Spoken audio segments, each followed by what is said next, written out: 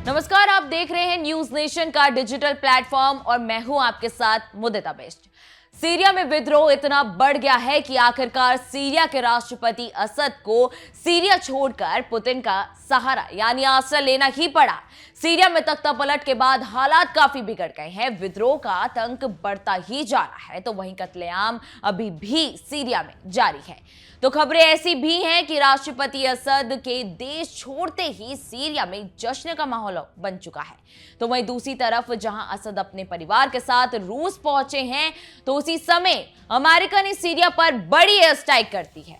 वहीं एक बड़ा सवाल ये अब खड़ा उठता है कि आखिरकार तख्तापलट के बाद सीरिया की कमान किसके हाथों में है। आइए चलिए इस वीडियो में जानते हैं। मिडिल ईस्ट इस समय अब तक के सबसे बड़े उथल पुथल भरे दौर से गुजर रहा है, जहां एक तरफ इजराइल ईरान के बीच युद्ध खत्म ही नहीं हुआ था तो वहीं दूसरी तरफ सीरिया भी विद्रोह की आग में झुलस रहा है।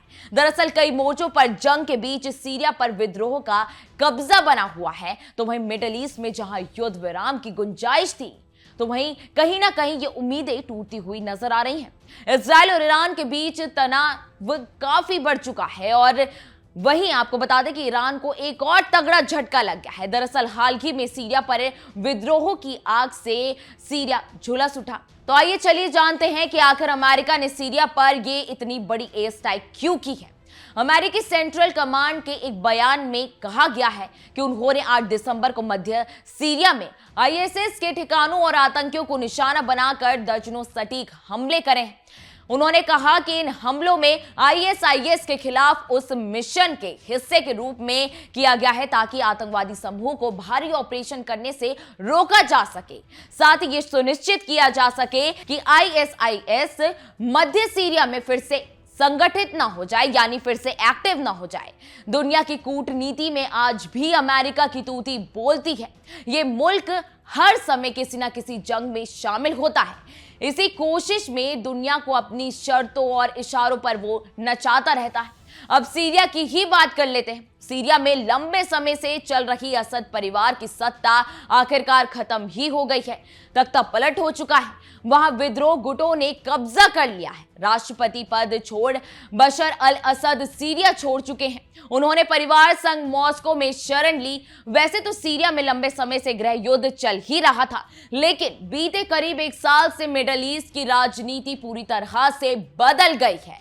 पहले इजराइल पर हमास के हमले, फिर इजराइल के काउंटर अटैक ने पूरी तस्वीर बदल दी। उधर यूक्रेन के साथ जंग में रूस के उलझने के बाद असद की हर चाल गलत साबित होती हुई नजर आई। यहां पर अमेरिका और अन्य पश्चिम देशों की भूमिका भी काफी जरूरी हो चुकी है। आइए चलिए कैसे तो देख लेते हैं। सीरिया के विद्रोहियों को अमेरिका और पश्चिम देशों में सहयोग मिल रहा है, यानी इस समय सीरिया में कई विद्रोह संगठन सक्रिय हैं, एक्टिव हैं। उनका लक्ष्य अलग अलग है लेकिन उनका एक कॉमन लक्ष्य था, वो था कि असद की सरकार को वो हटा सके, वो ये तख्ता पलट कर सके। तो इसमें प्रमुख सहयोगी संगठन है हयात तहरीर अल शाम। ये अलकायदा का सहयोगी संगठन रहा है। हालांकि ऐसा दावा किया जाता है कि इसने 2016 में खुद को अलकायदा से अलग कर दिया था। अलकायदा वही आतंकी संगठन है जिसका सरगना बिन लादेन था और उसने अमेरिका के वर्ल्ड ट्रेड सेंटर पर हमला करवाया था।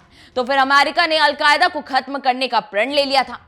उसके लिए 10 साल तक अफगानिस्तान में जंग चलती रही और अमेरिका ने पाकिस्तान में छिपे बिन लादेन को आखिरकार मार ही दिया था। लेकिन अब इसी के सहयोगी संगठन को अमेरिका ने सीरिया में असद के खिलाफ इस्तेमाल आखिरकार करना शुरू कर दिया है। सीरिया के विद्रोही संगठनों के अमेरिकी, इजराइल और तुर्की का समर्थन हासिल हो चुका है। तो वहीं बहरहाल अब देखना होगा कि सीरिया की जो भी परिस्थिति बनी हुई है अब इसमें क्या कुछ रुख आता है और मिडिल ईस्ट युद्ध की आग में कब तक झुलसता रहता है। फिलहाल इस वीडियो में इतना ही। देश दुनिया की तमाम बड़ी खबरों के लिए आप हमारे साथ बने रहें और देखते रहें न्यूज नेशन। न्यूज नेशन अब व्हाट्सएप पर खबरों के ताजा अपडेट के लिए न्यूज नेशन के इस क्यूआर कोड को स्कैन करें।